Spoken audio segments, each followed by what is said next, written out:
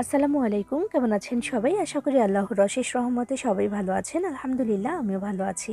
শানুস পাকের ঘরে সবাইকে আরও একবার ওয়েলকাম জানাচ্ছি মজাদার আরও একটি রেসিপি দেখার জন্য। আজকে আমি তৈরি করে দেখাবো সহজ এবং স্বাস্থ্যকর চাপটি পিঠা বা চাপড়ি। যে নামে ডাকা হোক না কেন, খেতে কিন্তু অসাধারণ এই স্বাস্থ্যকর নাস্তাটা। সকালবেলা ব্রেকফাস্টের জন্য চাইলে ঝটপট করে কিন্তু এটা বানিয়ে নিতে পারেন। চালের গুঁড়া দিয়ে তৈরি করে দেখাবো আজকের এই সাদা চাপটি। আর হলুদ যেটা মশলাদার হয়ে থাকে সেটাও কিন্তু আমার চ্যানেলে আছে, চাইলে দেখে নিতে পারেন। আমি ডিসক্রিপশন বক্সে সেটা লিঙ্ক দিয়ে দেবো।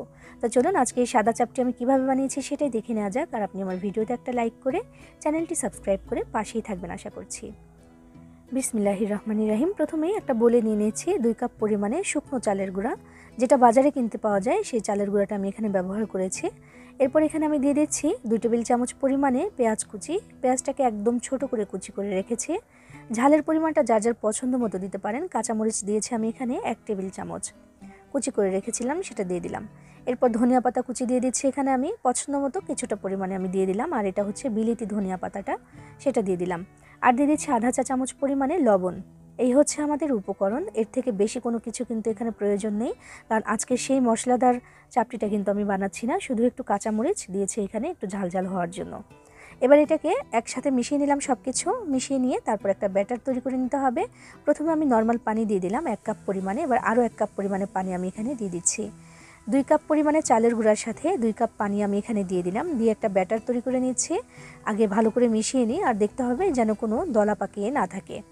এবার ভালো করে মেশানোর পরে যেই ব্যাটারটা তৈরি হবে সেটা আমি এখন রেখে দিব একটু রেস্টে, কারণ যেই শুকনো চালের গুঁড়াটা আমি এখানে ব্যবহার করেছি সেই চালের গুঁড়াটা কিন্তু অনেকটা পরিমাণে পানি টেনে নেবে এবং অনেকটা ঘন হয়ে যাবে।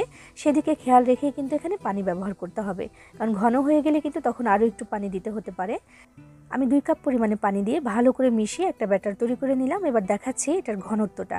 দেখুন একেবারে পাতলা আছে এটা এখনও, তবে এতটা পাতলা কিন্তু থাকবে না, একটু পরে অনেকটা ঘন হয়ে যাবে।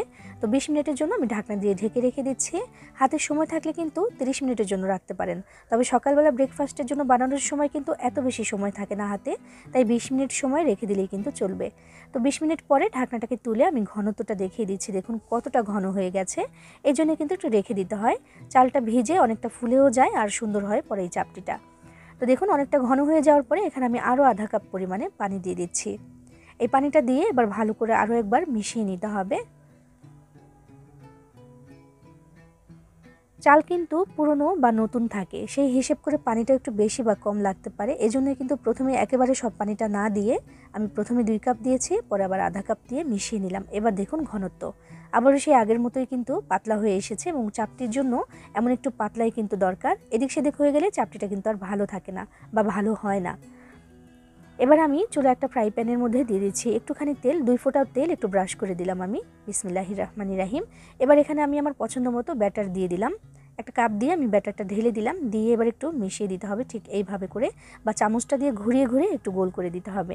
আর এই যে চামচটা, এই চামচের 2 চামচ করে আমি দিয়েছি এখানে, তবে 1 চামচ দিতে দিতে আরেক চামচ কিন্তু একদম জড়ো হয়ে যাবে বা জমে যাবে, সেজন্য 2 চামচ মেপে আমি সেই কাপটার মধ্যে নিয়ে তারপরে একবার আমি ঢেলে দিলাম এখানে, দিয়ে এবার ভালো করে চামচ দিয়ে ঘুরিয়ে গোল করে নিয়েছি এবং ঢাকনা দিয়ে ঢেকে রেখে দেব 1 মিনিটের জন্য। আর চুলার আঁচটাকে রেখেছিলাম আমি মিডিয়াম টু লো হিটে, খুব বেশি বাড়িয়ে দিয়ে কিন্তু এটা ভাজা যাবে না, নিচ থেকে পুড়ে যাবে।